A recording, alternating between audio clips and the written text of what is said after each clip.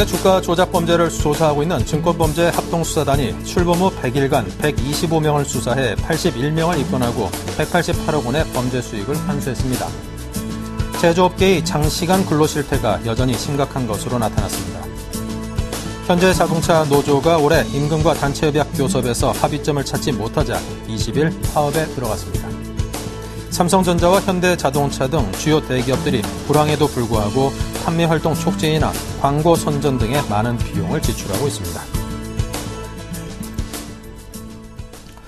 네, 시청자 여러분 안녕하십니까. 센경제 현장의 임동석입니다. 오늘 우리 증시 기관들의 물량 공세를 버티지 못하고 1880선까지 아쉽게도 밀려난 채 마감을 했습니다. 서울경제신문의 김종석 기자를 연결하겠습니다. 안녕하십니까. 안녕하세요.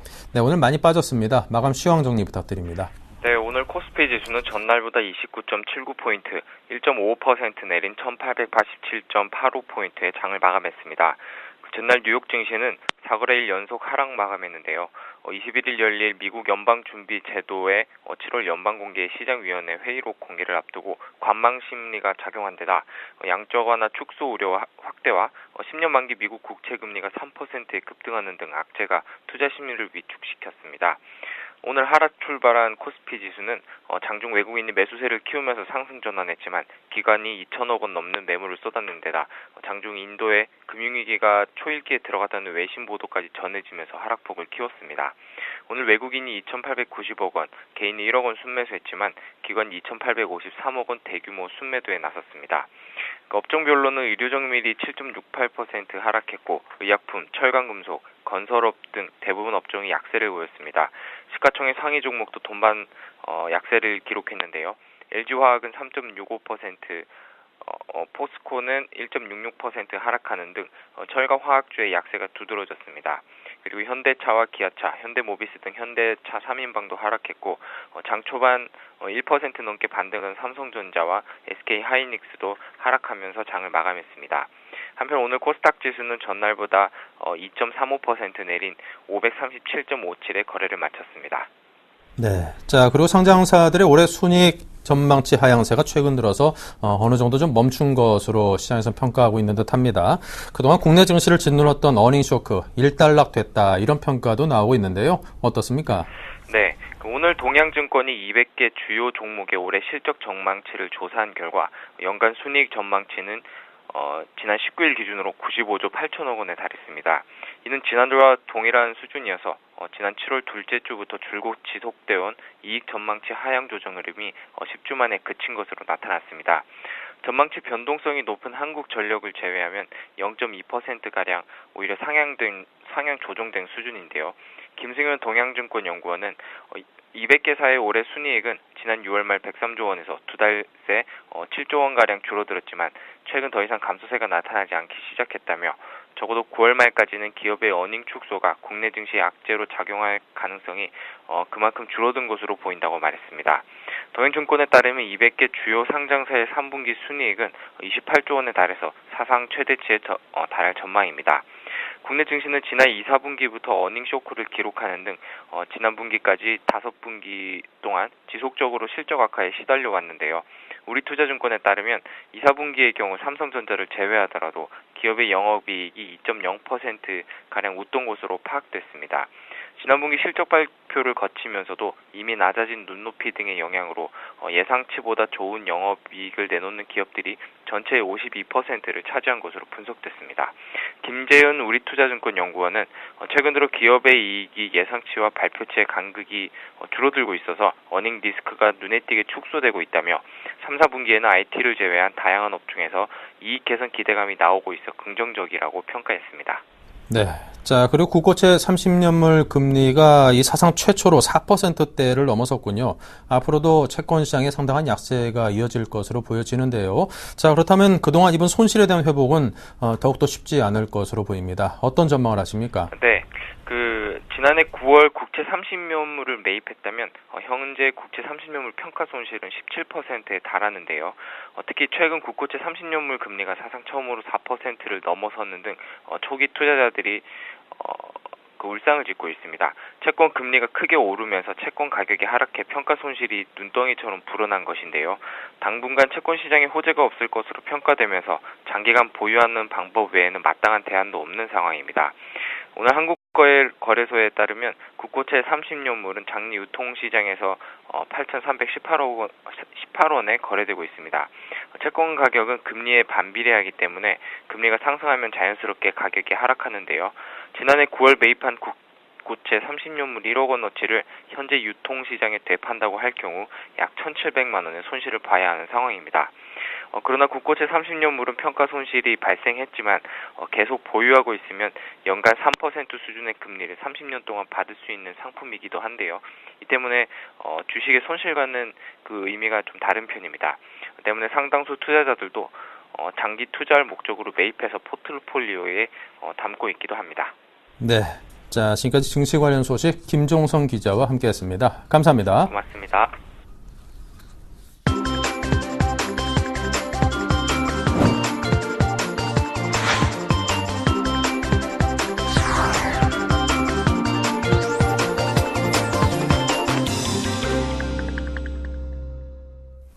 네, 계속해서 오늘의 주요 뉴스를 전해드리겠습니다. 중대 주가 조작 범죄를 조사하고 있는 증권범죄 합동수사단이 출범 후 100일간 125명을 수사해 81명을 입건하고 188억 원의 범죄 수익을 환수했습니다.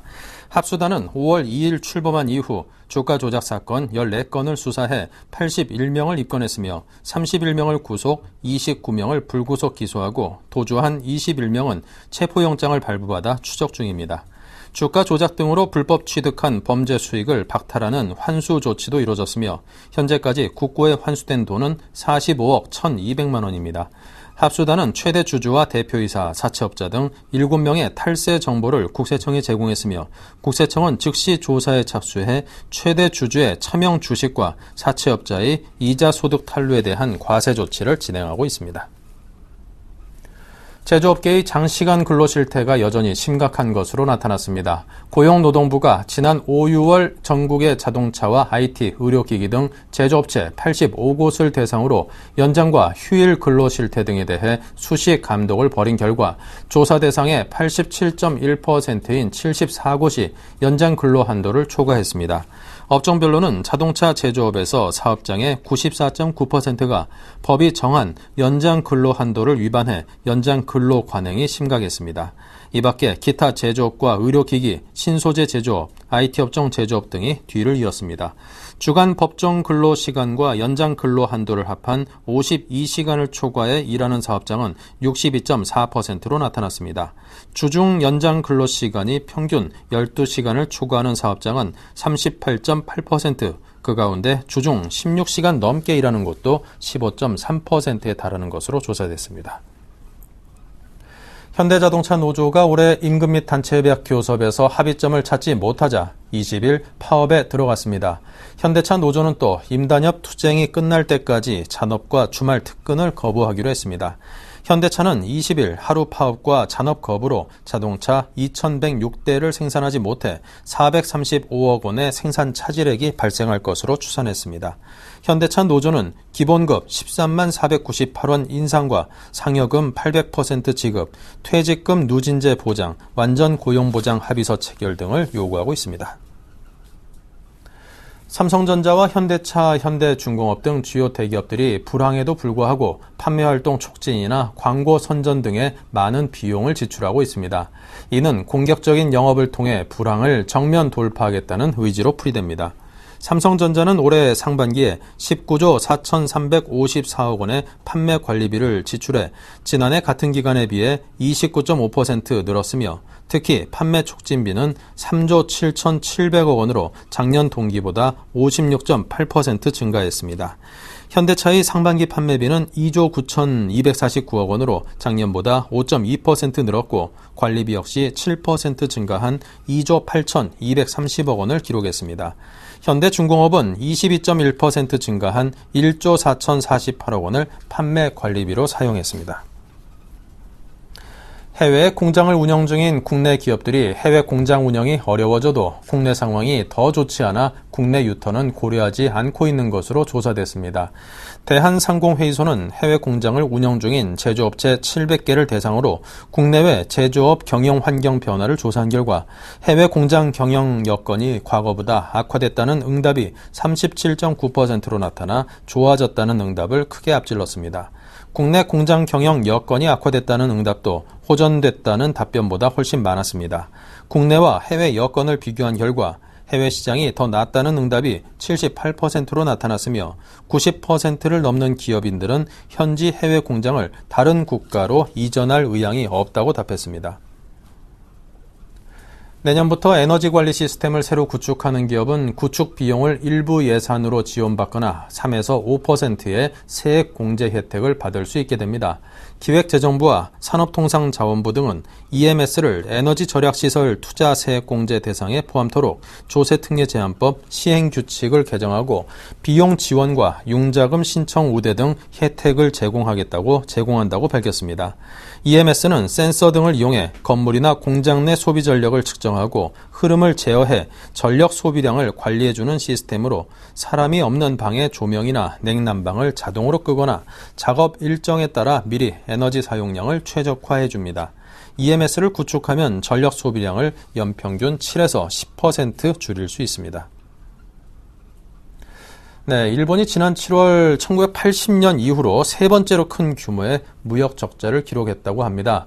엔저에 힘입어서 3년 만에 가장 좋은 수출 실적을 올렸지만 에너지 수입 비용이 크게 늘었기 때문이라고 분석이 되는데요. 서울경제신문 국제부의 박준호 기자를 연결하겠습니다. 안녕하십니까?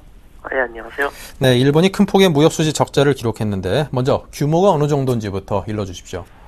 네, 일본 재무성은 어제 7월 일본 무역 수지가 1조 240억엔 적자를 기록했다고 밝혔습니다. 7,856억엔 적자를 예상했던 시장의 전망을 훨씬 웃도는 수치인데요. 수출이 지난해 같은 달에 비해 12.2% 증가한 5조 9,620억엔으로 2010년 12월 이후 최고치를 기록했지만 수입 역시 19.6% 늘어난 6조 9,860억엔에 달하면서 적자를 기록했다는 게 재무성의 설명입니다.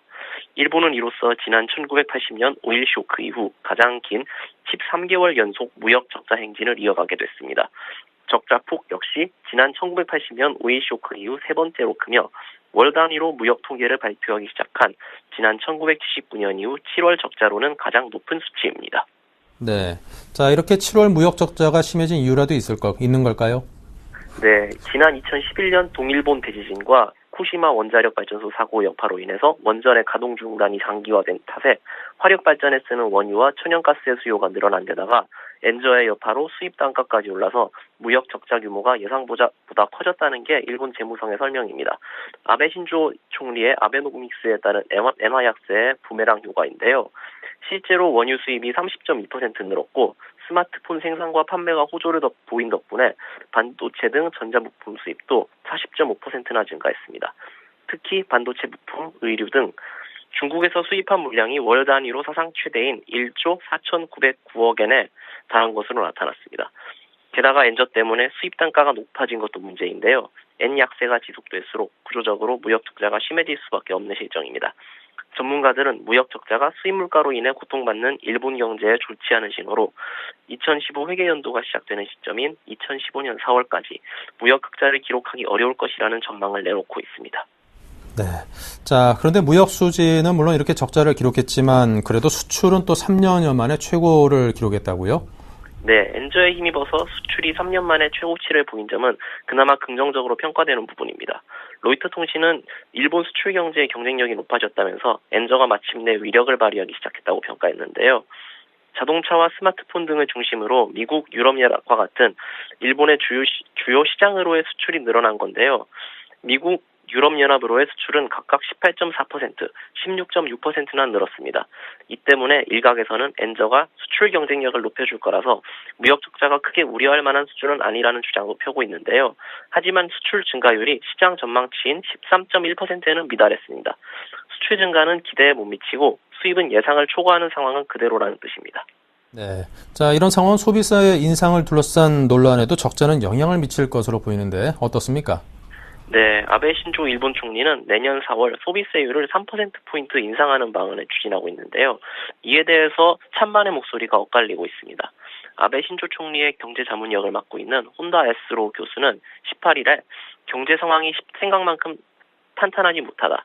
소비세 인상은 급격한 소비 위축을 초래할 것이라면서 5년간 1%포인트씩 점진적으로 인상하는 방안을 제안했는데요.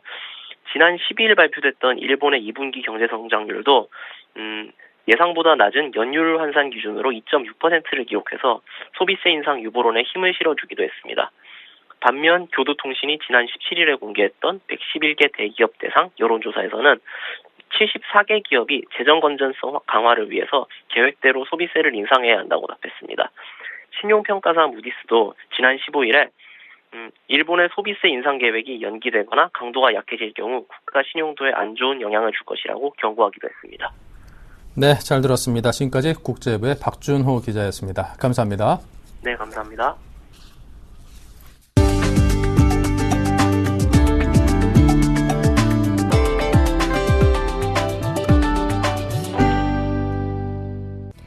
현대자동차그룹은 19일 서울 중구 장충동 국립극장에서 제1회 하트드림 페스티벌 시상식을 실시했습니다.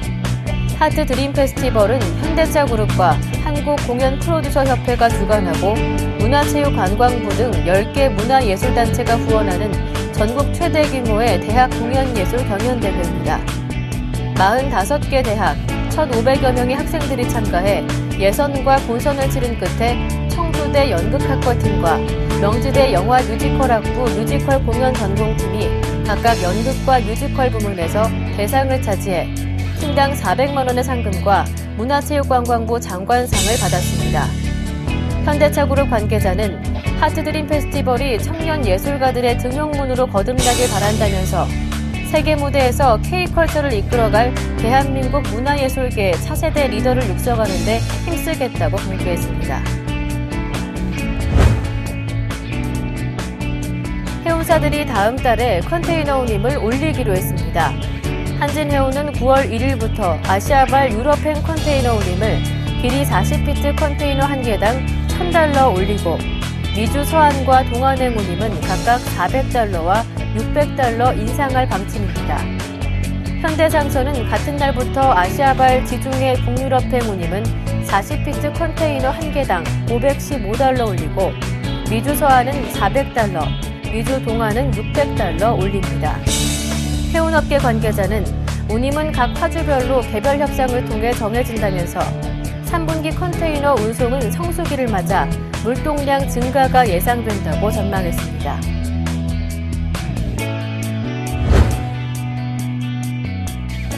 LG 디스플레이가 TV, 모니터, 노트북 PC 등에 쓰이는 대형 LCD 패널 시장에서 상반기에 선두를 지켰습니다.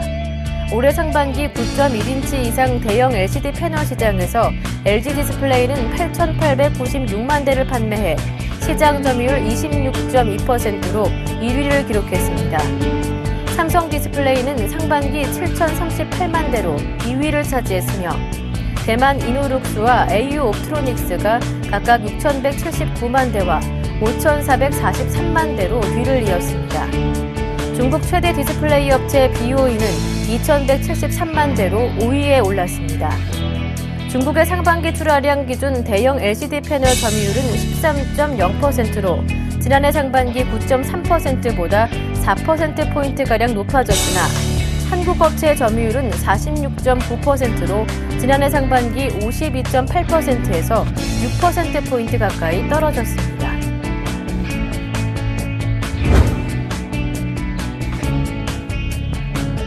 한국수력원자력이 원전 비리를 뿌리 뽑기 위해 극약 처방을 내놨습니다.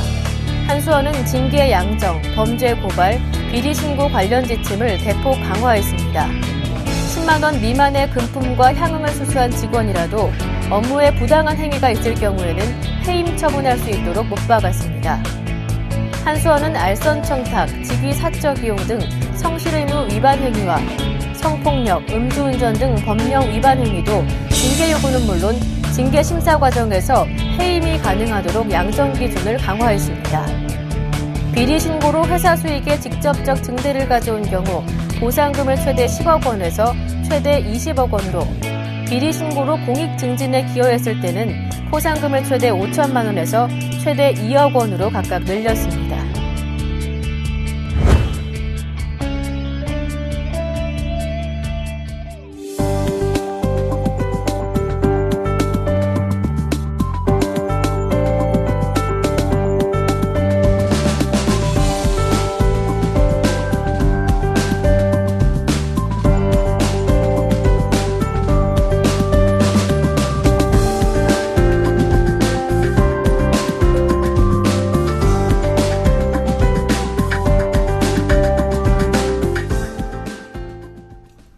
네, 이상으로 오늘 생경제 현장을 마칩니다. 내일 뵙겠습니다.